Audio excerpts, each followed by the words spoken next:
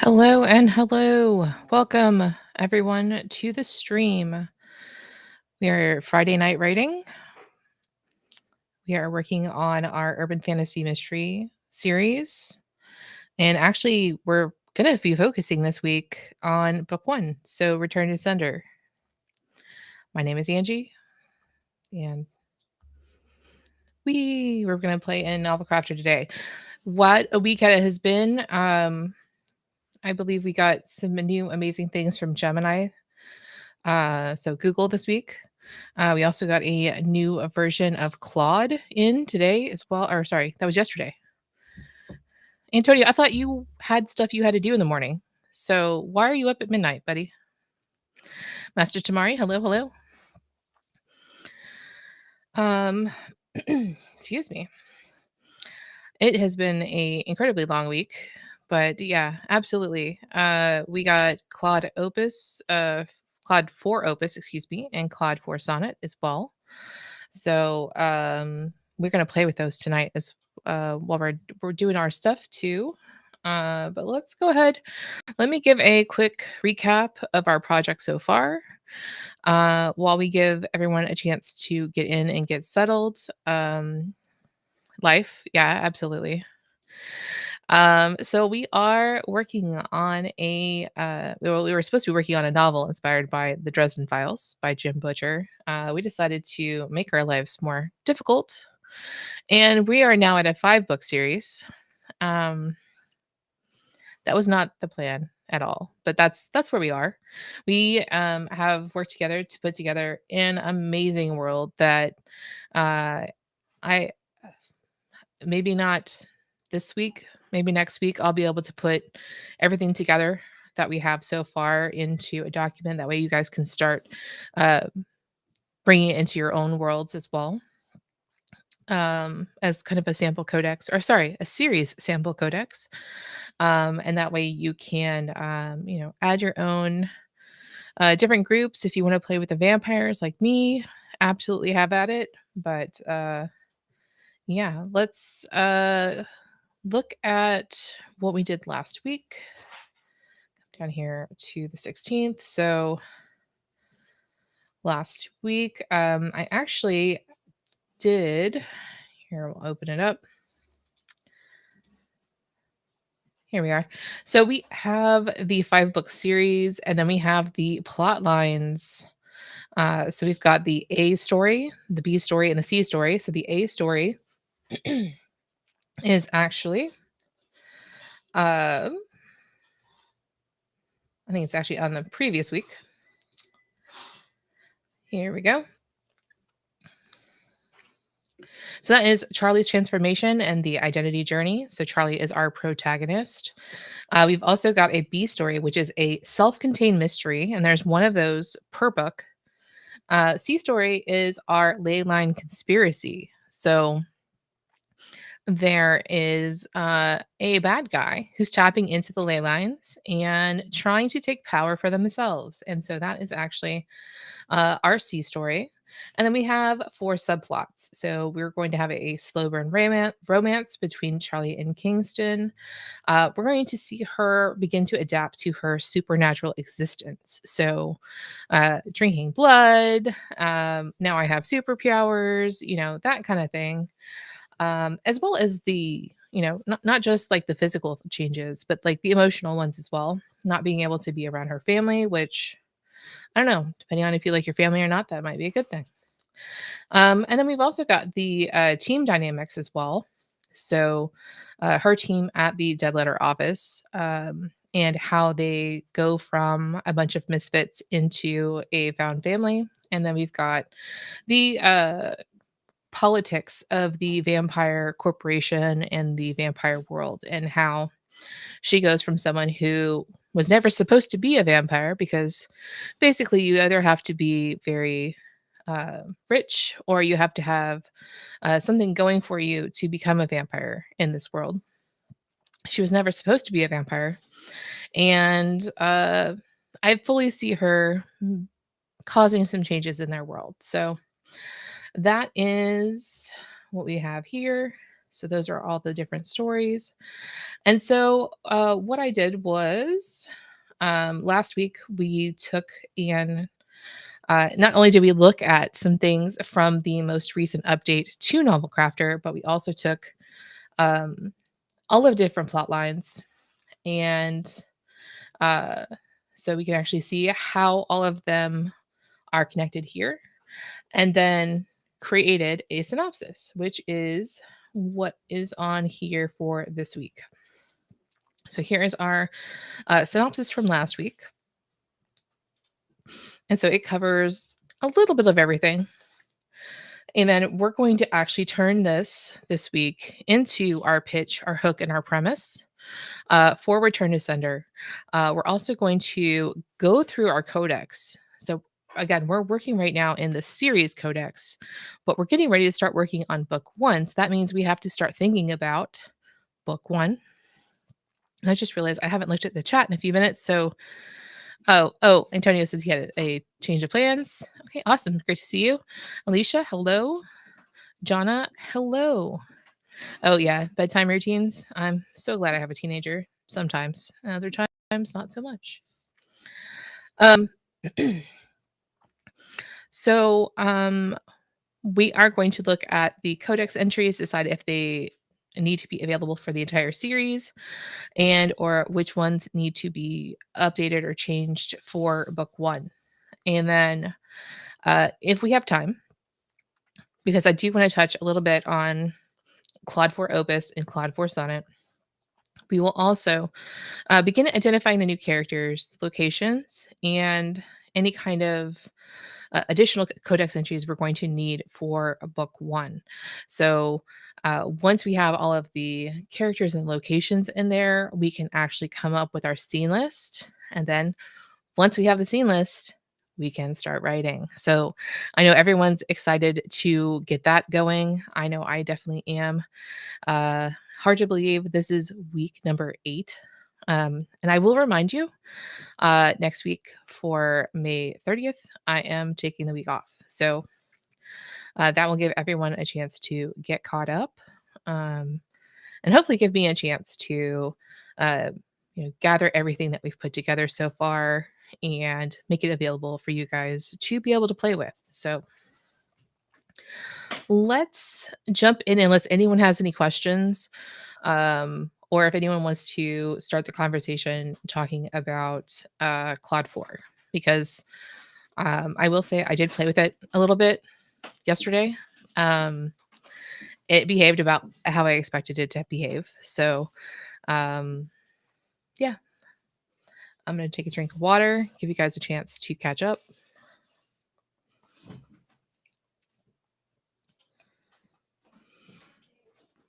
Hey, David.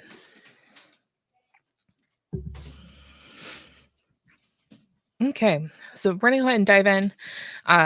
Keep your comments, keep your questions coming, and as I look back over, I will stop and hopefully answer them. Okay, so let's see. Did I actually put this synopsis in here yet? I do not recall. Ah, here's something. Maybe I did. Oops. I'm gonna go ahead and close this. I don't need it anymore. Okay, yes, I did. I went ahead and I already put the synopsis in here. And okay, so that's a problem though, because it is for book one, not the series.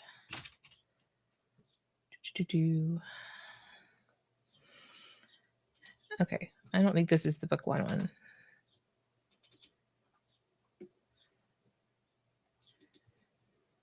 No, it's not. Okay. So last week we did add in a custom category for book one. And in our book one category, we have the different plot lines. So we've got the A story, B story, C story, and then our 4 subplots. So I'm actually going to go ahead and put in here our synopsis. So, but I don't want to call it synopsis because I already have that assigned to the entire series. So I'm going to have to call it I can either call the hook, pitch, and premise in this synopsis series hook, pitch, premise, and synopsis. And actually, I think that's what I'm going to do. Just for simplicity's sake, if I want to talk about the series, then I can be specific. Here we go.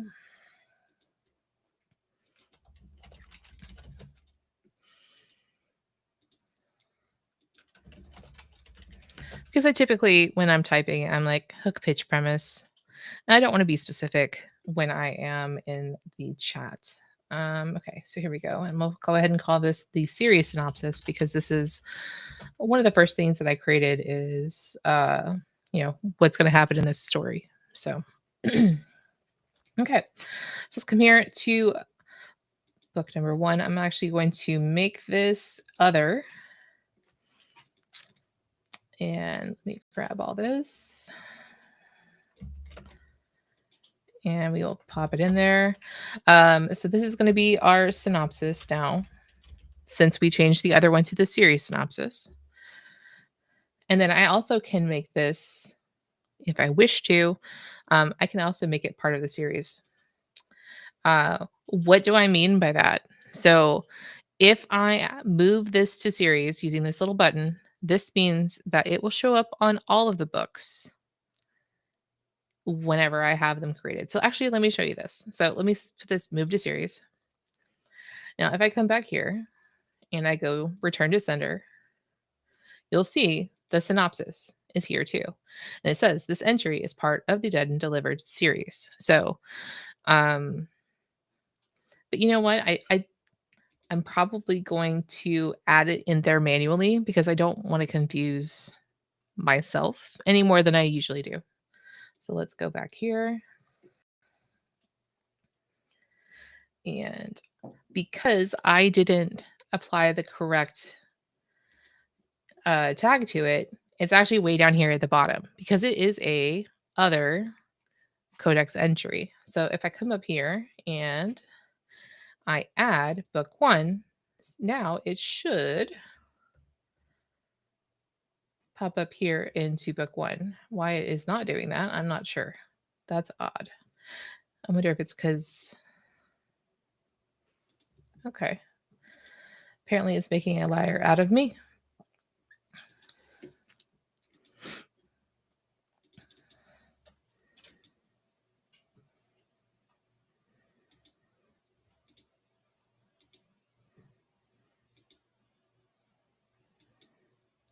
Oh, you know what? I think the reason it's doing that, and let's go back to our custom category. I set the custom category to only work for one type of entry, and that is actually subplots. So that is actually no longer true. I have others as well. So I went ahead and I fixed that as well. I'll just go ahead and leave everything just in case I decided to use it again. So now you can actually see that, yes, it's still an other Codex entry, and it is now orange. So it is up here, the synopsis. Okay. So what is next on our agenda? We are going to write the hook, the pitch, and the premise. And I am going to, let's go here to chat. And I wanted to use my developmental editor for this project. So that one is Urban Fantasy Mystery. While I'm here, let's go ahead. We'll test out Claude for Opus, and we'll also try out Claude for Sonnet and see what the difference is. And now I haven't actually used Claude for Opus in anything with regard to nonfiction yet, which I use it quite a bit for nonfiction work. I also haven't used it in any kind of plotting yet. So I did use it for prose. And let me tell you, it performs a lot like Claude the 3 Opus, which it's very flowery, and I found it to be unusable. So I do know that there's some people who are enjoying it, but for prose, for me, it's definitely not going to be my thing. Okay, so I'm going to, let's make up a prompt. So Using the information in the synopsis. And now, whenever I type the word synopsis, because I changed the other one to series synopsis, it's actually going to call this one now. And you can tell because it's orange that it's this one. Um, and I'm trying to decide, do I want to include them as context, or do I just, I'll use them as context. Let's do tag, book 1. David said, so far there seems to be mixed reviews on Claude 4. Yes. I thought Claude 4 Sonnet wrote, I mean, a little bit better than 3.7, as far as prose goes. I didn't really notice that much of a difference, um, from 3.7, to be completely honest with you. Um, but yeah, definitely with a 4 opus for prose, it just wasn't good. Okay. So I went ahead, I'm using my context. Selecting book 1.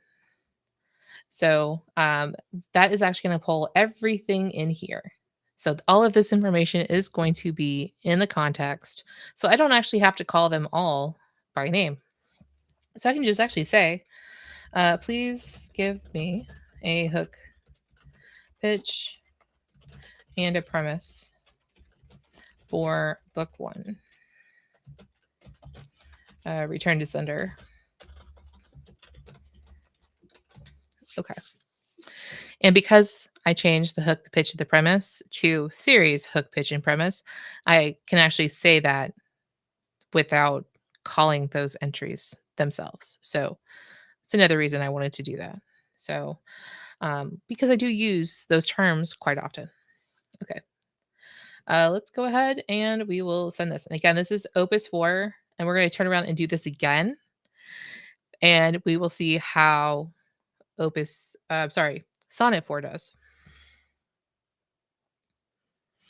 And one of the things that was added with this last update is the ability, we can actually come up here and hit copy, as opposed to, having to select the text and then hit copy. Oh, okay. This is fascinating. It's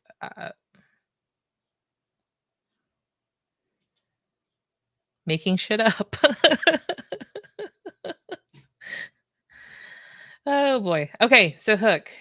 When homicide detective Charlie Craig wakes up as a vampire with no memory of returning and the ability to hear ghosts, she's assigned to the dead letter office where supernatural mail goes to die. Her first case, love letters from a man who doesn't know he's a ghost, leading Charlie into a conspiracy that might explain why someone turned her into a monster against her will. I actually like that.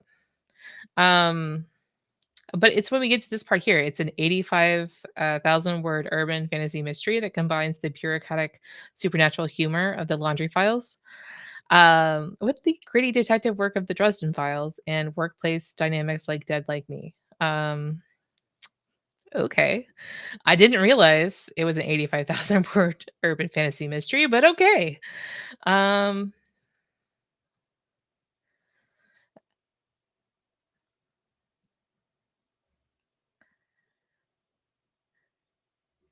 Charlie discovers she can hear the dead, including Eddie, the DO's deceased filing obsessed administrator.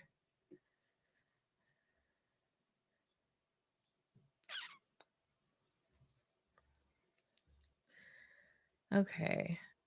As Charlie navigates sensory overload, blood hunger, and a team of supernatural misfits, including a flirtatious magical consultant with suspicious timing, she uncovers a pattern.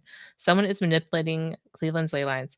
You know, it's not supposed to be obvious yet. So we're going to have to dial that back. Otherwise, it's going to like beat people over the head with it. So we're going to have to be sneaky and note to self there. We don't want it to be obvious that people are manipulating the ley lines just yet. I know, better get to work on that 85,000 words, right? Thankfully, I have AI. Otherwise, I'd never make it. I'd lose, interest way before that. Um, wow. To find justice and her sire, Charlie must master her new existence while uncovering a conspiracy that threatens both the living and the dead. Now, I really like that line. That's a really good line. It's just made up some stuff that isn't actually true.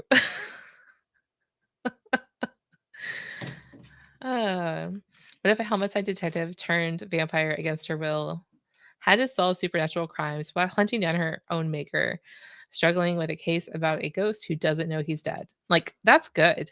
That's fantastic. Um, the premise explores themes of identity and transformation, denial versus acceptance, justice across boundaries, and found family with shared dysfunction. The 100% they have shared dysfunction. But I don't. This isn't a premise. This is. I don't know what this is. It's a mess. I don't know what this is. So it's got some good stuff here, but it isn't exactly what we want. So let's go. I'm gonna go ahead and copy this, and we'll start a new chat. Uh, and we'll go back to our developmental editor. I can never find anything. Here we go. And we'll do Claude 4 Sonnet. Let's go ahead and grab the context again. We'll grab book 1. If it tells me that I'm writing another 85,000 word novel, just I'm done. We're over. This will be the last one. This will be the last video. Okay, so please give me a hook, a pitch, and a premise for book 1. Return to sender. Okay, let's see what it does.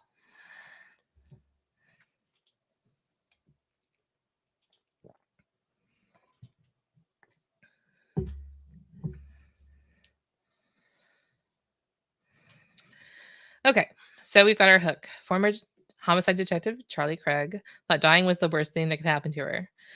Then she woke up a vampire with a bureaucratic assignment to the Supernatural's government's dead letter office, where the mail is cursed. Her coworkers are literally dead, and her first case might be connected to the trafficking ring that destroyed her human life.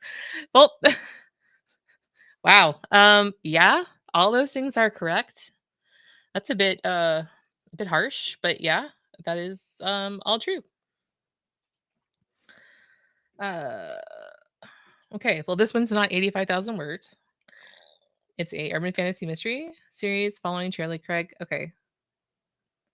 Formerly Cleveland homicide detective turned unwilling vampire who's assigned to the supernatural government's most neglected department, the Dead Letter Office.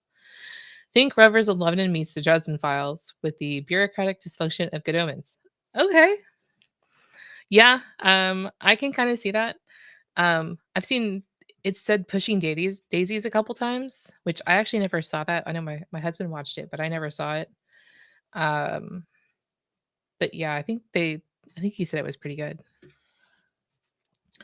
Charlie didn't choose to become a vampire. She was turned without her consent. Yep, all true. Her only escape from mandatory monitoring sessions is her assignment to the crumbling DLO, where cursed male goes to die, and her coworkers include a filing obsessed ghost and a copy demanding manticore. Now that's good. That's correct.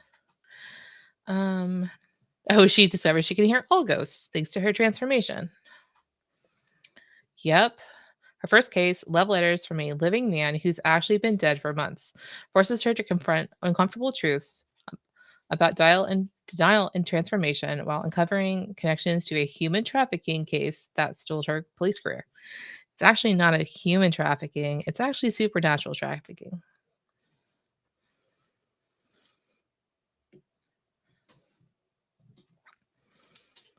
As Charlie investigates, she realizes her random turning might not be as random at all.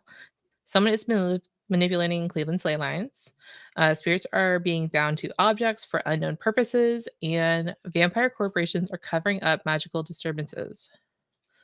The deeper she digs, the more she suspects her missing sire was investigating the same conspiracy. Yes, yes, yes. And that finding them is the key to understanding why her human life had to die for her vampire existence to begin. That is awesome. That is fantastic. So for me, Sonnet's winning. I'm not shocked by this. Um, and I'll put both versions in the homework as well. That way you guys can uh, read the difference. And yeah, I think Opus is a bit more creative, but I think Sonic gets the job done. And it's also cheaper, like considerably cheaper. Okay. Well, I'll probably work on this a little bit more on my own and get that added. So let's move on to the next part. So let's talk about the codex entries, and far as which ones we should make series entries and which ones should be book specific. So let's talk about the codex in general. So why do we create a codex? The codex it's like a book bible. It's even more important in when we are collaborating with the AI because it's the information that we give the AI, the LLM, for it to know what the heck we're trying to talk about. So we've got our characters, we've got our lore, we've got our locations. But if we put everything that's in the series codex in there, we're going to have a problem. The biggest problem of all of them is going to be that it's going to try to hurry up the story and it's going to know too much. So, whenever I create a codex, I start and give the information that the LLM needs to know to write day one, book one, scene one of that book. Okay. So, in my codex for book one, I can't have all of this information that I have. Actually, it's way down here. All this information about Charlie, I can't have all of that in there. I have to have human Charlie because on day one, she's human. So I can there's two different ways that I can quote unquote turn her into a vampire. So the first way is to use codex replacements. So I can put some just basic information about her here in the details, and I can use what are called custom details. There's going to be some things about her that are going to be different after she's turned into a vampire. And I can make sure that those specific things I have a codex detail about. Alicia's asking in book 0, would you put B2 to B5 storylines for plotting purposes? I honestly, yes.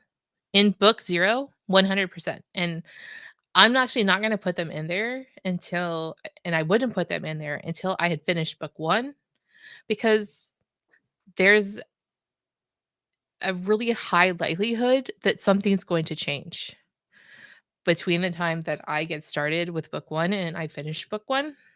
There's likelihood that something may have shifted and I may need to rework those plot lines or add something in there that wasn't in there before. So instead of doing all that work up front, um, that stuff already exists for me in a spreadsheet. I'm just going to leave it there. I'm not even going to touch it until after I have discovered the story in book 1, if that makes sense. Okay. But yes, so one way again is for me to use the codex details, and then while we're writing. So of course this one I don't have any writing in here. I'm just going to add an act and a chapter and a scene. And here, now if I come in And we have these things called Codex progressions. Okay. So if I go into do a Codex uh, progression, I can do an addition or I can do a replacement. And I can do this for specific uh, parts of the codex as long as I use those custom details. So I can actually swap out what's in there on the fly as we're writing. So that's one way of doing it. And I actually don't think that's the way I'm going to do it this time. That thing specifically. Other things, definitely going to be using that. So let me go ahead and delete that. Let me go back here to, oops, I meant to go back to book 0.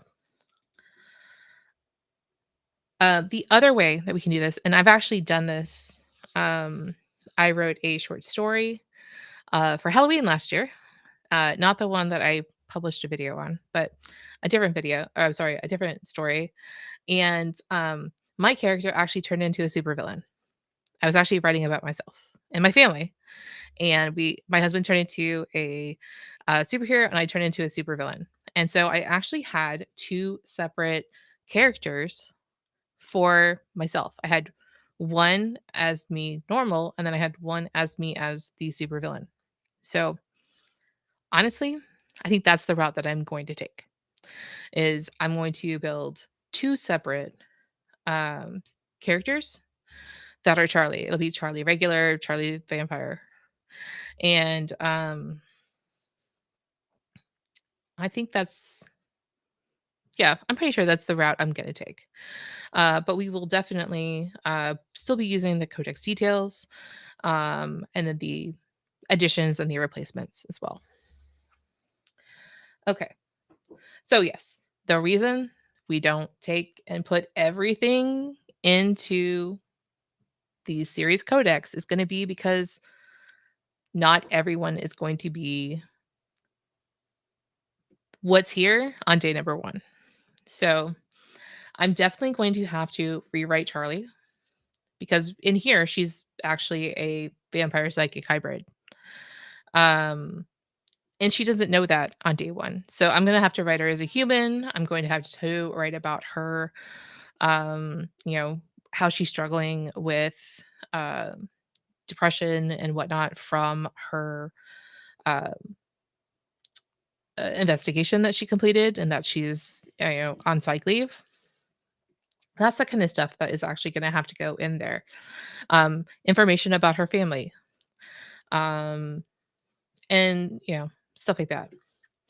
Now, people like Eddie, uh, he may or may not be able. I might be able to use him. I might not. I might rewrite him just to give him a different feel when she first meets him versus how she interacts with him later on. I think that would probably be the best. Or I have another option. I can um, also go in and um I'm so sorry. My name is Angie. We're Insider. Okay, I lost my train. um, so yeah, I can also use what's called a relationship map. And what a relationship map is a way for you to basically take and have um, different uh, characters and how specific characters interact with them. So, if, for instance, Charlie thinks that Kingston is like super duper shady. Welcome back, Jenna. That's something that I could put in the relationship map. I don't necessarily have to change his character profile. If I mean, like, for instance, I don't even think Lucetta is going to be in book 1, so I'm actually not going to put her character in book 1 because I honestly don't think she's going to be in there.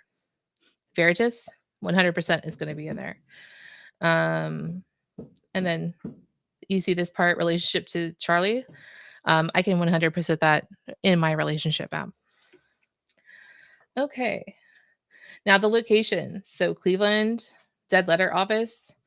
The majority of this information, it can definitely be in both this codex as well as the other.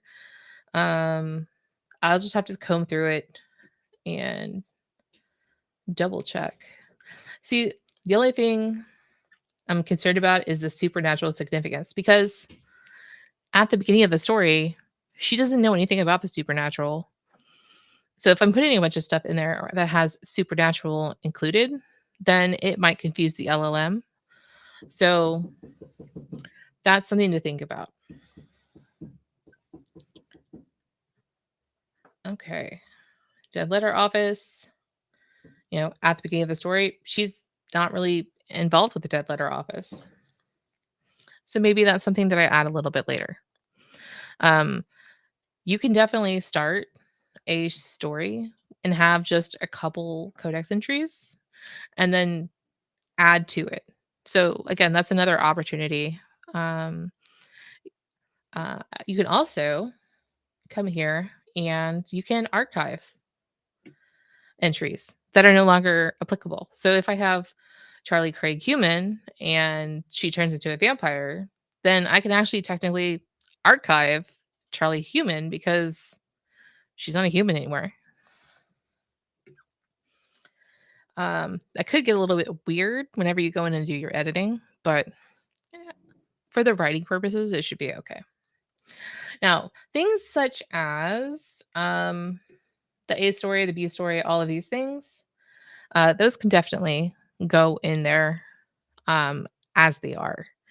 However, I would probably not be able to keep them name the same thing that they are here as they are over there into the book one codex.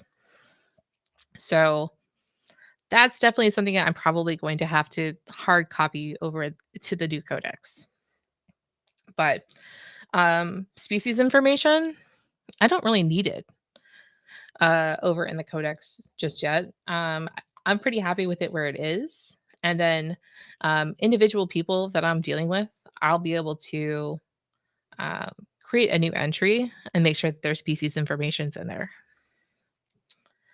That information doesn't need to go in there.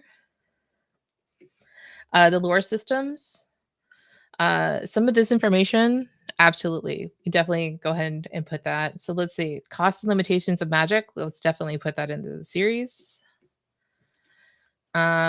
The investigation and mystery mechanics, 100%. Magic principles and sources of power. Let's go ahead and put that in there. Magical technology and services, we'll put in there too. And the supernatural crimes related to magic use. Yep. So we'll go ahead and we'll put those in there. Technically, I don't need them there on day one because she's human. She doesn't know any about any of these things, and it could cause confusion. Having too much information in the LLM. However, if I don't call them by name or mention them by name, then I don't really have to worry about them. So that's something also to consider. So I'll probably go back through here and add all of these lore. Definitely the Vampire Society and structure, that all will need to be in there as well. That just leaves me the characters, locations. Like I said, I might be picky and choosy about what goes into book one. The rest of this lore should be able to go in there as well. And I don't need the novel clock at this point, so I'll go ahead and leave that here. So, any questions about what I'm choosing to go into the codex and what I'm not putting in the codex?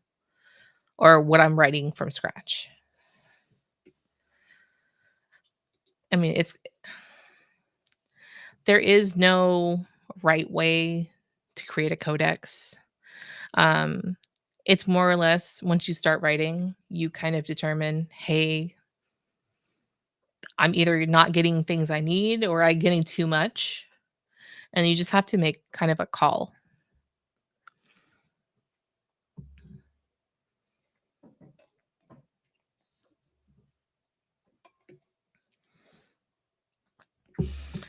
Okay. So let's go, and I've actually already identified some characters, and let's go ahead and we're going to pull those up. So these were when I was working on the plot lines 2 weeks ago. It actually added a number of new characters that are not currently in um, our codex. So we have Charlie Sire, which we have never given him a name. So that's something that we have to do. And that's something we can actually do right now. So I'm actually going to go to fantasynamegenerator.com. And since this is happening in America, I'll put English American. I'll use real names as opposed to, that's annoying. So let's go here to male names and just come through here and see if there's any names that I like. I really should turn back on my thing to stop the ads. That's annoying. Kind of like this name, Lawson Serrano. So I'm just gonna grab that for the moment. Oops. Let's move this over here. So I'll just put that there for now. Now, we don't know a lot about Lawson or her sire at this point. So one of the things that I think I'm going to do before we make too much more progress is um I'm actually going to write how she gets turned into a vampire. Like what happens when she blacks out. I need to know what's happening. I also need to know about what happens before the story starts. So, um I need to have a pretty good idea of what happens in the investigation that ends up putting her on psych leave as well. So I'm able to kind of get into her head and know why she's doing the things she's doing, why she's feeling those ways or excuse me, why she's feeling the way that she does. What did she see? That way, whenever we're writing about, some of the despicable things that are going to be happening in this world, um, I can make sure that, we can tie those things together. Because in book one, the gentleman that has been killed is actually a parahuman. And so his trajectory, his arc is going to kind of mirror hers in a way. And it's going to tie back into uh that ring and everything that uh is going on. So uh let's see here. So we've got director Matsuda. So this was someone who was added to be the director of the DLO, and it wanted to write director Matsuda as kind of like I don't know how to say it, like a corporate jerk. And I decided not to do that. So I kind of want director Matsuda to be one. Um, I want it to be, and actually it's gonna be a her. So director Matsuda is gonna be a her. It's gonna be a female. Um, and I want her to be kind of like a fairy godmother, kind of a mentor to Charlie, um, as she goes through the supernatural world, because she's actually not going to have that on the vampire side. So the vampires are pretty much going to get her in the door, and then get her back out. They're gonna watch her, make sure she doesn't do anything she's not supposed to. They are going to try to figure out what makes her tick because she can talk to ghosts, and we all know already that vampires can't talk to ghosts. But she is special. So why is she special?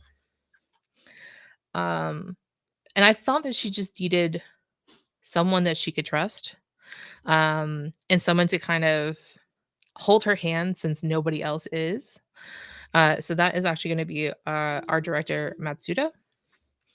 And I wanted to not I want us to not know what kind of supernatural the director is. So I want it to be something big and bad who you wouldn't expect to be relegated to the DLO. So I'm thinking something like, I don't know, like a kitsune or a mythical of some sort, maybe like a dragon. Okay.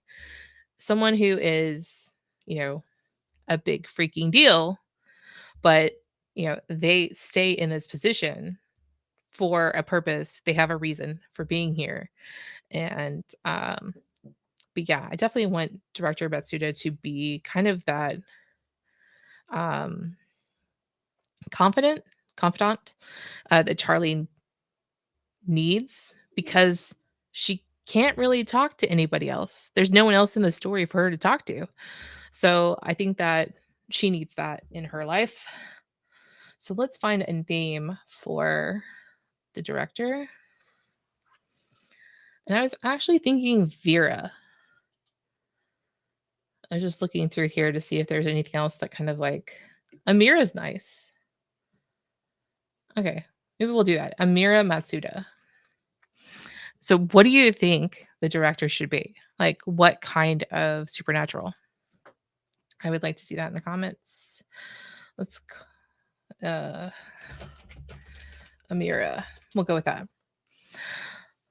Or if you guys like Vera better. I like Amira. I think it's nice. Okay. And then it also gave us so this is actually a tech savvy witch consultant who's going to join the team in book 2. So I don't really need to worry about Zara just yet. But I will need to rename her. So, and to remind you, the difference between a mage and a witch. Mages use like spells and ceremonies and stuff like that, and witches are more like nature based. So that's really the big difference between mages and witches. Okay. So that is main characters. So we're actually going to have to create brand new characters for these folks and put them into the Codex. So let's go to the Vampire Corporation because there's actually going to be quite a few vampires in book 1. First and foremost, we have Vance Harrington, which I'm okay with the name. It's not that bad. So he's a mid-level vampire HR manager, and he's going to be charged to handle the Charlie situation. So yes, Charlie is a situation. And let's just say he's not very nice. He is going to be very much an antagonist. And he is a peon in the Solus Corporation.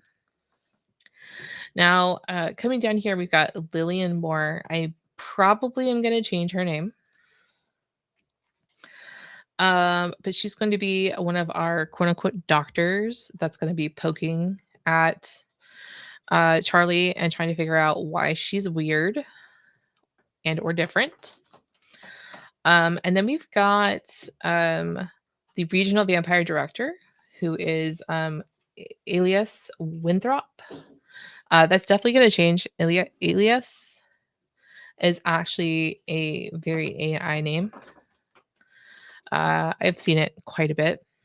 So I'm probably going to change his name.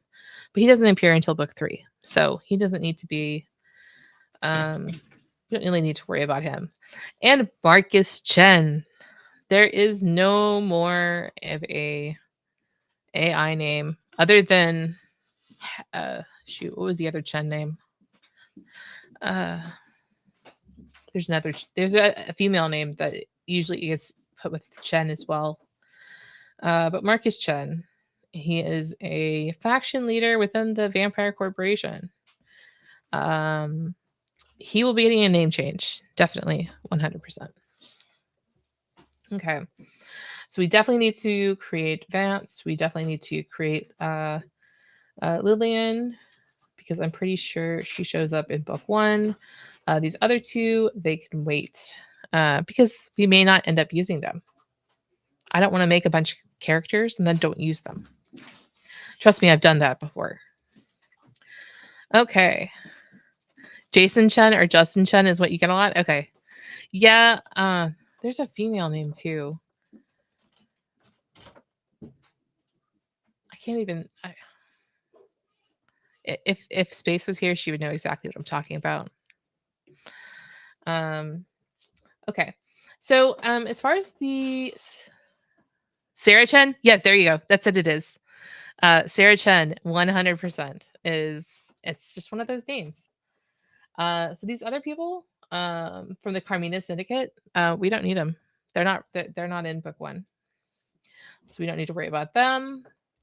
Supernatural group representatives, Moyer Blackwood. Yeah, Blackwood. That is an AI name right there. And Thorn. That is a huge one. I think that comes from, if I remember correctly, the Gravel Nash MC, which they are here somewhere.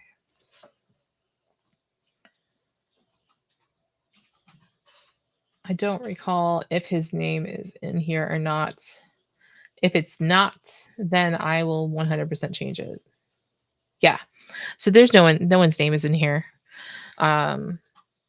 So yeah, it just randomly assigned someone to be the leader of the MC, the motorcycle club, the troll motorcycle club, which is trolls and goblins. Oh, Ethan? Yes. Ethan is very much an AI name. But you know what? I see Ethan a lot in older romance stuff that I've read too. In fact, yeah, I've seen Ethan a lot. I can think of at least off the top of my head 3 series that's one of the main characters. I read a lot of reverse harem, and there's almost always someone named Ethan. Yes, Alicia, definitely. The director is gonna be an unusual shifter and be very old. So that's why I was saying having them be a mythical shifter. So like a kitsune, some sort of dragon, maybe a wyvern. Something that's very wise, or looked upon as being wise, and with a lot of sway. I definitely think that would be the perfect place for them. Okay. And so these are just the people, these are the supernatural group representatives. We're definitely not going to need them for book 1. Alicia says Marcus Ethan Chen. Yeah, no. And the cool thing is though, you can actually, and let me come back here. If you are using the personas, you can actually put in your persona not to use the name Chen. So that's 100% something that you can do. You can actually create a persona for, don't use these names or don't use these terms. I typically have a snippet that I use when I'm writing that says avoid, and it tells it to avoid specific words that are, AI buzzwords. Someone reads this, they're going to know 100%, hey, that lady, she used AI. It's not foolproof by any means. It also leads to a lot of adverbs, I've noticed as well. So I find I have to do an entire editing round of just removing adverbs. It's really annoying. But if I see writhe in my story again, I will probably throw things. Alara for fantasy, yes. Seraphina or Seraphine also for fantasy, definitely. Maybe a unicorn, and she works at the DLO to stay under the radar, so she won't be hunted down for her magic. That's also a really good idea. Um, so yeah, she could be a unicorn. Uh, she doesn't give me like unicorn vibes though. You know what I mean? Oh yeah, Jonna. Yeah, you use my prompts, so yeah, you understand how many adverbs. I mean, I'm so thankful that I'm able to subscribe to I use AutoCrit, and AutoCrit will actually like show me where all my adverbs are, and I just spend time going through and just deleting adverbs and rewriting. Oh, Jonna says precision. Yeah, precision. But you know what? The reason those words are there is because they were used before we had AI. So it's not even I know we beat ourselves up about it, like, "Oh my goodness, like, I see, the sun going up, the sun going down." But you know what? They were there before. Having the sun go up, having the sun go down. That helps you to show time, and, we are always saying, "Show don't tell, show don't tell." Well, how the heck do you think you're gonna show that time is passing if the sun doesn't go up and down? So, it adds a lot of M dashes. Um, Antonia, I love M dashes, and, I used M dashes before the AI was a thing. You can't take my M dashes, buddy. You can't have them. They're mine. The M dashes and my Oxford comma, they are mine. The smile never reached their eyes. Yeah. Well, but you know what? They did that beforehand. Like I can't tell you how many times I've read, these phrases and these terms and that we sit here and we beat ourselves up about them because oh my gosh, someone's gonna realize we used AI. Yeah. They were there before and they've been used so many times that that's how it ends up in our prose. It's more the overuse that irritates me, the floor to ceiling windows.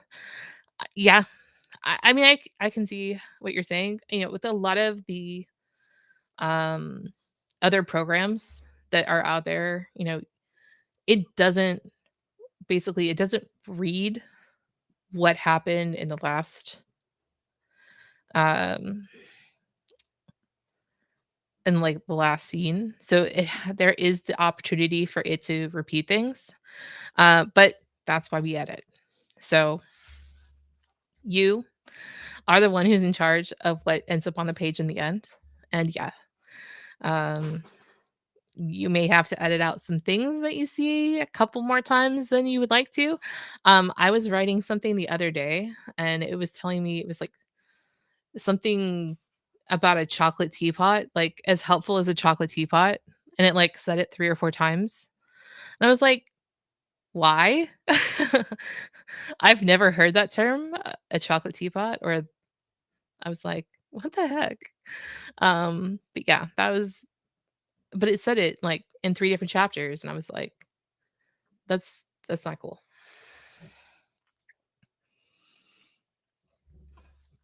Okay. So, I think we did a pretty decent job of getting through um the hook, the pitch, and the premise. I'm definitely gonna have to go back in and make some edits to that. We looked at the series wide and the book specific codex entries. Um, I'm gonna have to definitely rewrite the characters. Um, and then we also started looking at the new characters, and then we also need to come up with some locations as well. There's really 2 ways of going about it. So, you can either pick your locations ahead of time and then just try to assign your scenes to those locations, or you can take and create your outline and, um, kind of go about it backwards, tell me where they're happening and then create the codex entries to go with it. Keisha says, also, it was trained on a lot of public domain work. So, uh, M dashes and stuff. Yeah. Adam, what's going on? Hey, nice to meet you, Adam. So yeah, I think that's it for me today. Reminder again, no next week. Taking the week off. Probably spend quite a bit of time in the codex and try to get that series codex together for you guys so that you can start playing with it in Novel Crafter. So, any last questions before we end for tonight? And week 8 will be done.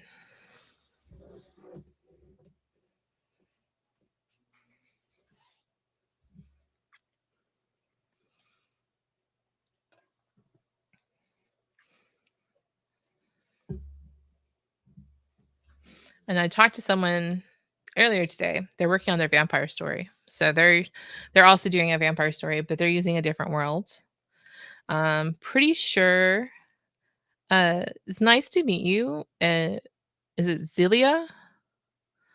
Um and absolutely. It's great to meet you and you're very welcome. Alicia, as always, uh great to see you. Um I lost my train again. It's gone. You're welcome, Antonio. I hope your day is good tomorrow. I know you were supposed to go do something. Master Tamari, you're very welcome.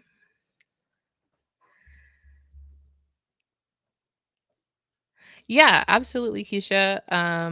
I am gonna work on some more beginner friendly stuff because I mean a lot of this is like very advanced. I don't want to say advanced, like medium to advanced. Okay. Um, and yeah, I tend to stay on that side, and I really do need to do some more beginner friendly stuff. Jonna, always a pleasure. Okay, guys. Well, I'll talk to you guys in 2 weeks. Have an amazing day.